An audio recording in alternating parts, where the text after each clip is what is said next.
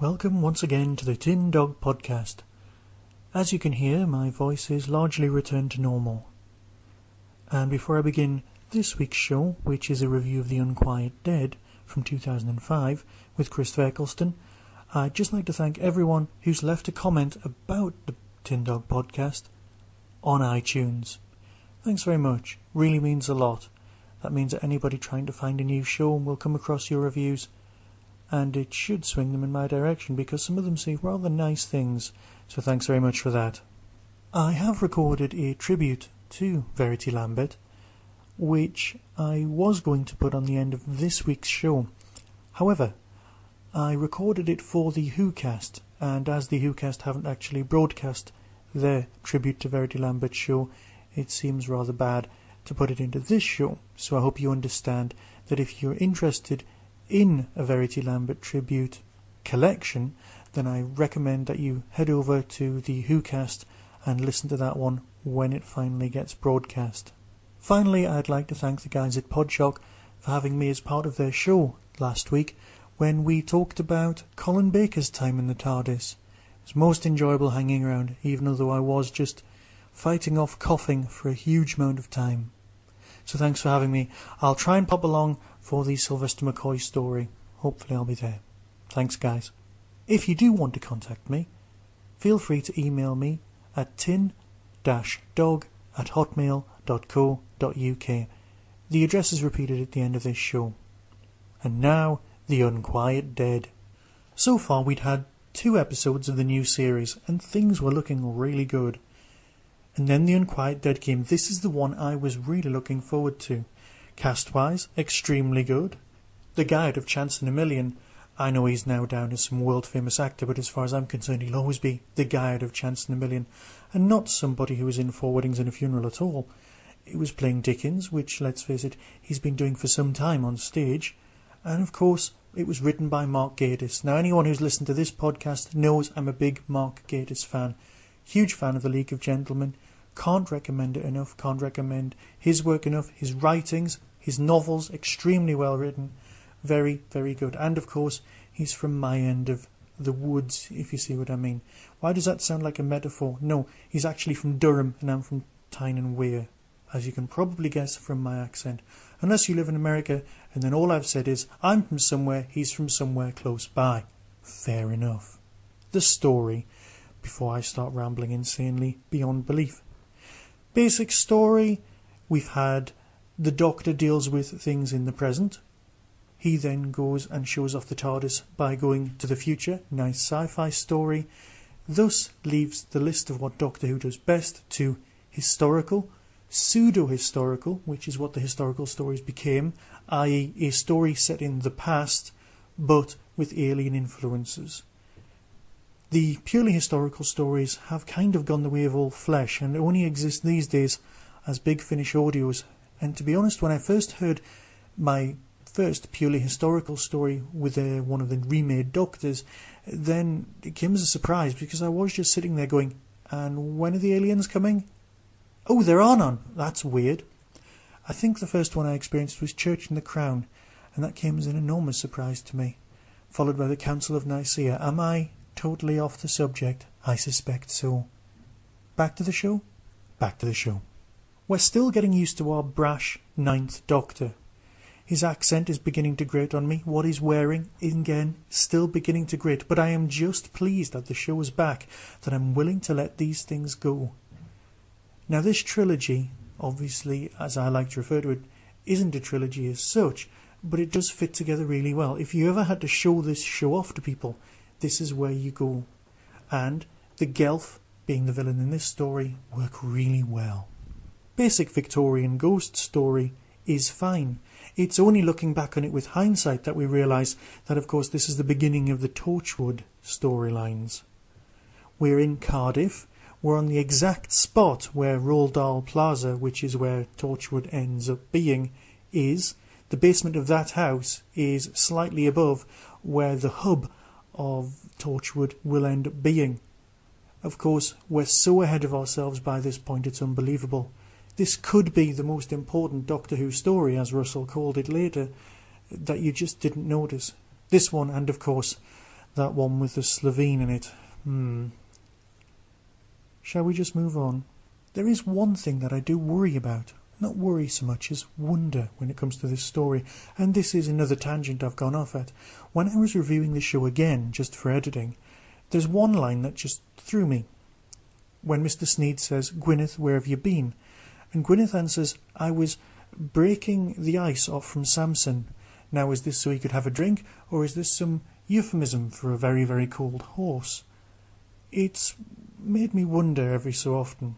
It doesn't make me lose sleep, but I do wonder about it, so if anyone knows the answer, give me a shout. Other moments worthy of mentioning in this story, of course, and I am assuming that you've seen this, is when Charles Dickens and the Doctor are in the coach together, and the Doctor is telling Charles Dickens what a huge fan he is. Now for me, and of course for a lot of other people, what he's actually doing is becoming a Doctor Who fan of the writers of the series, if you see what I mean. The Doctor's reaction to Charles Dickens is our reaction to the people who do Doctor Who. We start saying lovely things, and then eventually we start going, "Yeah, but what about this story? It was rubbish." Or, "Can I just call you Charlie?" Things that you just wouldn't normally do. This is I think the second appearance, obviously. The first guy, Clive in Rose, he was an example of the same sort of thing.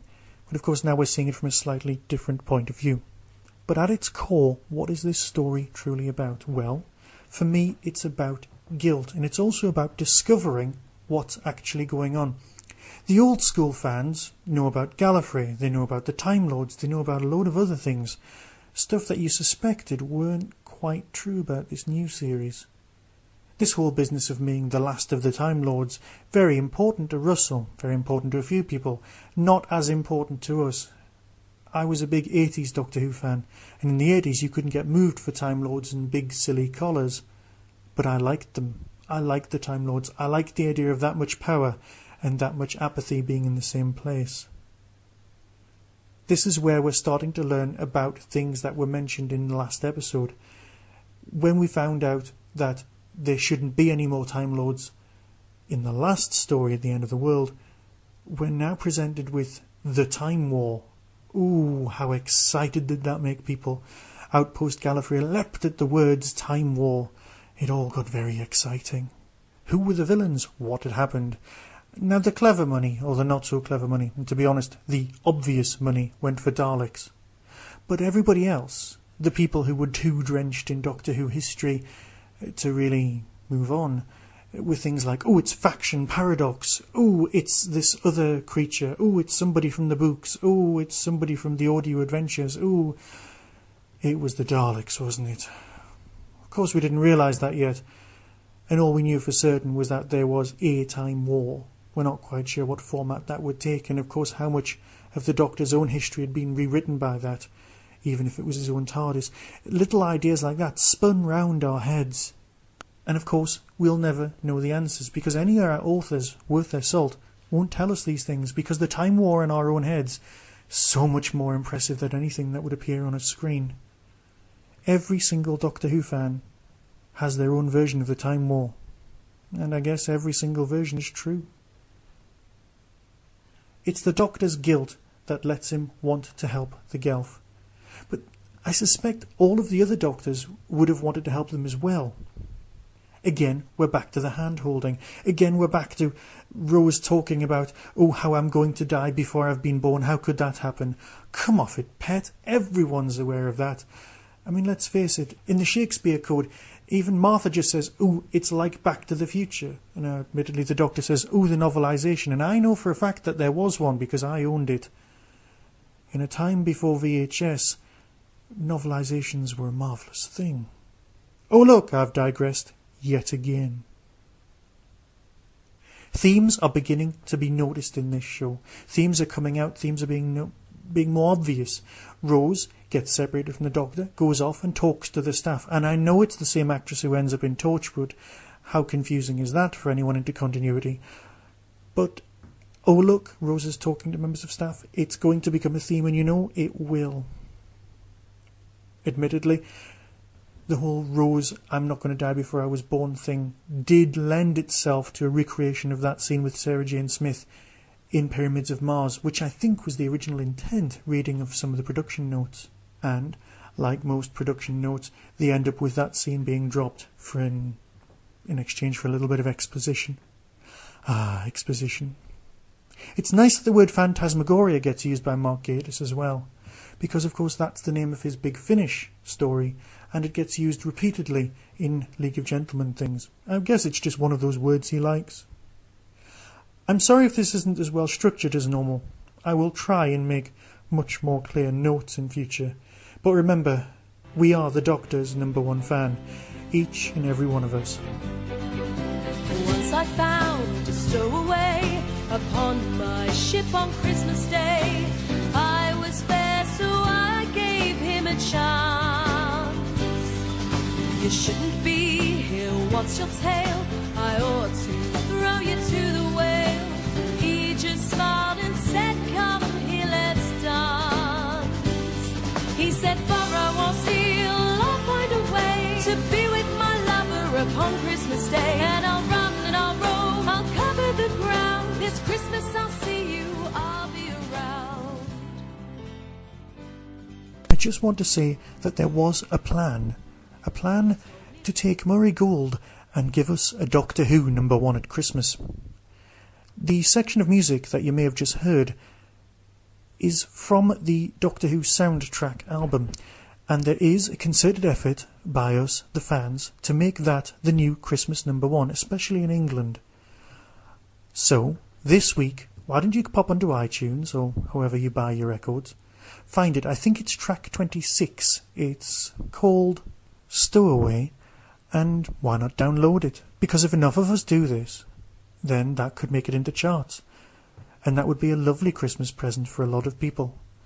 Doctor Who in the charts? Ah, is this manipulation or is it just an advert? I don't know, but all I know is that I'm going to do that. Product endorsement? Well, it's my show, I can do whatever I want. Can I? I don't know, I can't remember. Look, I'll leave it, and I will speak to you either before Christmas. Actually, I'll speak to you next week. Let's face it, it's only 2 weeks. Is it 2 weeks away? 3 weeks away? Good Lord, I better go and buy some presents. Be seeing you.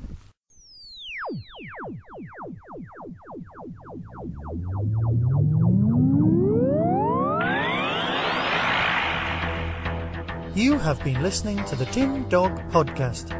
Doctor Who and its associated shows are all trademark of the BBC. No infringement is intended. Contact us at tin-dog@hotmail.co.uk.